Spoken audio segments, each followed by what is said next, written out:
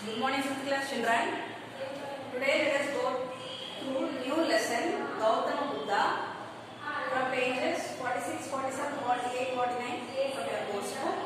Before that, let us complete a little bit from activity book which was missing, which we missed yesterday because of lack of time. Let us complete that activity from pages 32, 33, 34. Open your books, children. Let us complete both the books. Let me teach you by showing the book. This is your activity book, page number 32. You have to color these pictures, children. Hard work always pays off. Color the picture of a farmer who had a great harvest because of his hard work. You have to color this. These are the vegetables, children. Carrots, potatoes, cabbage, tomatoes and all other vegetables. You can color them, and also the basket. Color the basket and also the person who is holding the basket. Creative writing skills. Can you think of any incident that has happened to you or that you know of where having hope and working without a doubt has worked wonders on even miracles? If you don't have such an incident, try to find a story with that theme. ఒకవేళ మీరు ఎప్పుడైనా ఎవరితో జాలీగా ఏదన్నా దయగా ఉన్నప్పుడు ఏం జరిగిందో అప్పుడు ఒక వండర్ లాగా కానీ మిరకల్ కానీ ఏమైనా జరిగిందా, అట్లాంటి ఇన్సిడెంట్ మీకు ఏమైనా జరిగిందా, ఒకవేళ జరగకపోతే తెలిసిన స్టోరీ ఏదైనా రాయండి అని చెప్తున్నాడు. Once I heard an incident from Bible. There was a woman called Hagar. When she was rude in her behavior, her husband sent her away into the desert along with her son. But when she was desperate for water, an angel of God appeared and miraculously a water spring aroused in the desert to quench their thirst. Imagine you are an archaeologist and this is what you have found. How do you feel while excavating the site? What do you infer from your find? I like to be an archaeologist and do some excavations, especially in Israel, which has a rich historic background. Recently we found an egg 600 years before which was not decayed, and I am excited to do such excavations. Recently we found an egg 600 years before which was not decayed at all. I am excited to do such excavations. Be creative. You are being given a chance to create an animal of your choice. Imagine how you want your animal to be and fill in the blanks. Then draw the parts of accordingly and complete your animal. Color it too. One is done for you. Okay. The neck of giraffe, the eyes of lion, the skin of elephant, the ears of rhino, the legs of crocodile, the tail of tiger, the nose of kangaroo, the body of a seal, the face of man. You have to use all these and complete this picture. This will be your homework. Right. Name the animal you have created. Describe its features in your own words. What will it do? How will it adapt to its environment? Will it have some special features? For example, will it hibernate? Would it be colorful like a butterfly? Can it fly? Let us know more about your animal. The animal which I created is given the name Lercotex. This animal looks like a seal with eyes of lion, skin of an elephant, ears of rhino, legs of crocodile, tail of a tiger, nose of kangaroo and face of a man. It can survive anywhere, both on land and water. As it has a face of a man, it can talk also. This is the special feature. With this we have completed activity book for the previous poem, Don't Give Up. Now let us go to the new lesson, Gautama Buddha. Can you identify who is this? Who is this? Yes, Buddha. Okay.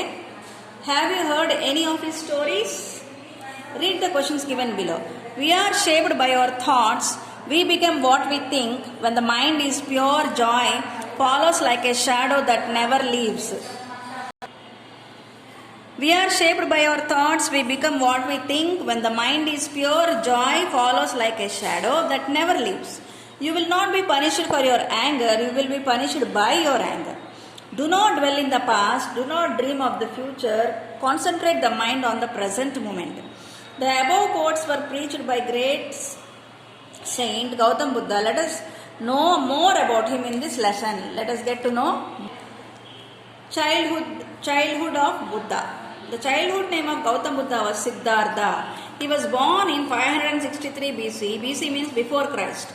His father's name was Shuddhodana, who was the king of Kapilavastu.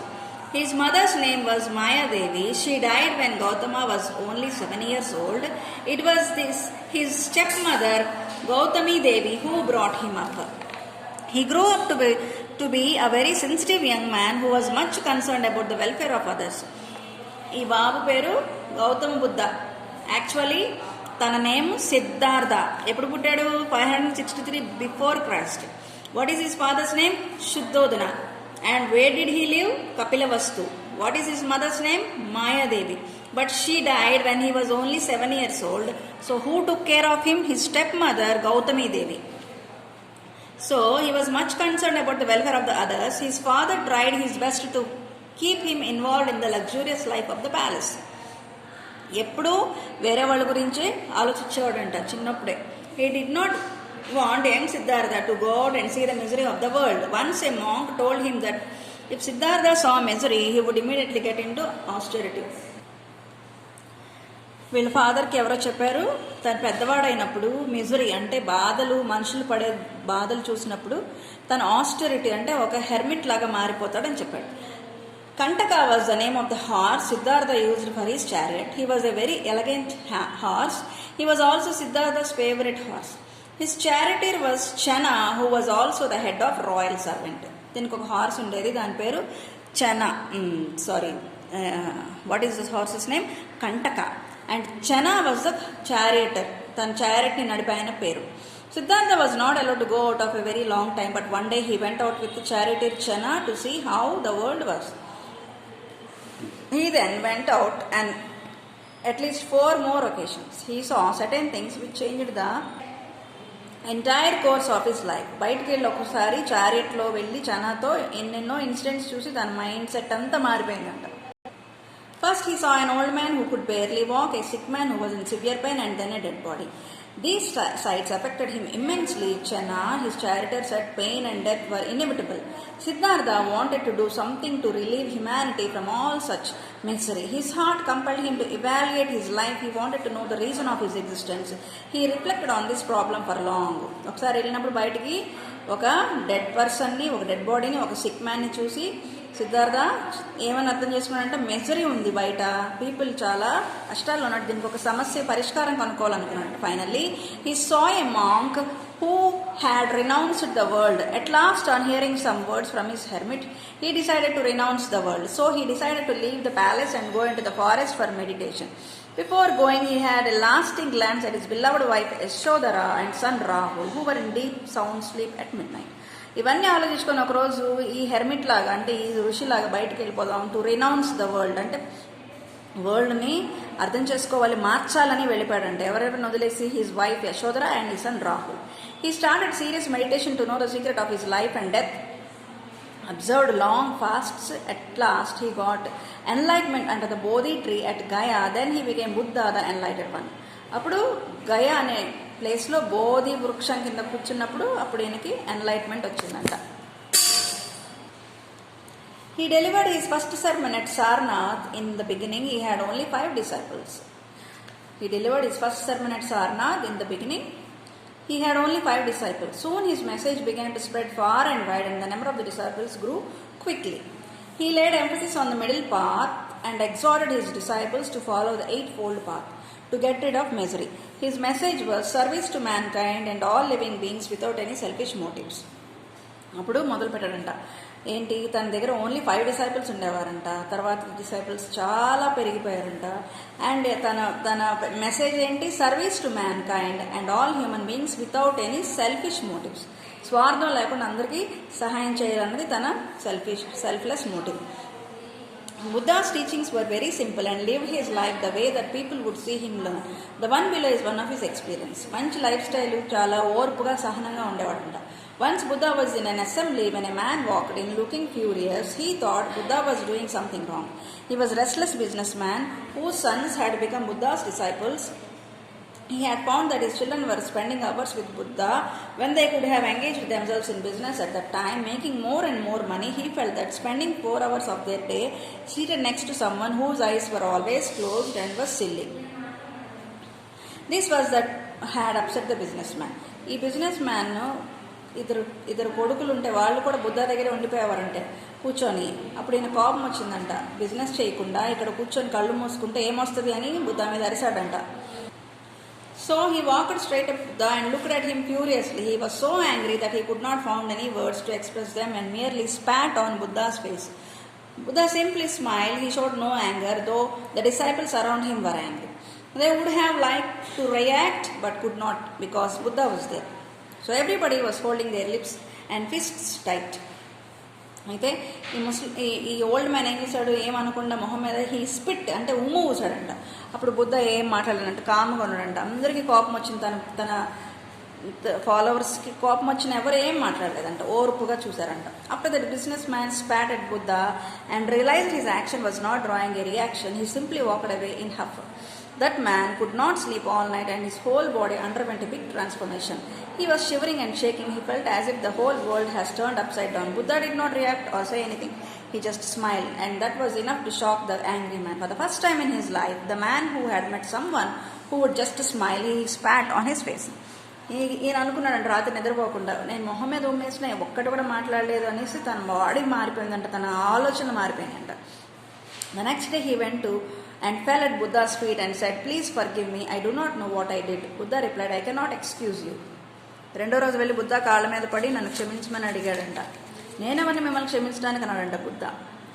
Everyone, including the man and Buddha's disciples, were amazed. Buddha then explained the reason for his statement. He said, "Why should I forgive you when you have done nothing wrong?" అప్పుడు బుద్ధ అన్నాడంట, నువ్వేం తప్పు చేయలేదు, నేను ఎందుకు క్షమించాలనంట. The businessman looked a little more surprised and told Buddha that it was he who had wronged him, spitting on him. Buddha simply said, "Oh, that person is not here now. If I ever meet that person whom you spat on, I will tell him to excuse you. To this person who is here, you have done no wrong." That is real compassion, which actually shocked everyone. నువ్వేం తప్పు చేయలేదు, అసలు నువ్వు తప్పు చేసావని నేను అనుకోవటం లేదని బుద్ధ చాలా కంపాషన్ అంటే జాలిగా మాట్లాడినప్పుడు అతను ఇంకా షాక్ అయిపోయాడంట. At the end Buddha concluded by saying, compassion is not saying I forgive you. Your forgiveness should be in such a way that the person who is forgiven does not even know that you are forgiving them. They should not even feel guilty about their mistake. అని అన్నాడంట. If someone holds on to you for something you did in the past, just laugh at them. This is because you are not the same person now. You see it as though somebody else did it. ఒకవేళ మనం పట్ల ఎవరైనా తప్పు చేస్తే వాళ్ళని మనం క్షమించేసి వాళ్ళని మనం ఆ తప్పు కూడా మర్చిపోవాలంట. అది అప్పుడు మనం మనకు చేసి వాళ్ళు మనకి ఏమీ చేయలేదని వాళ్ళని నిర్దోషులుగా చూడాలంట. So this is the story of Gautam Buddha. Let us learn activity workbook children in the next class.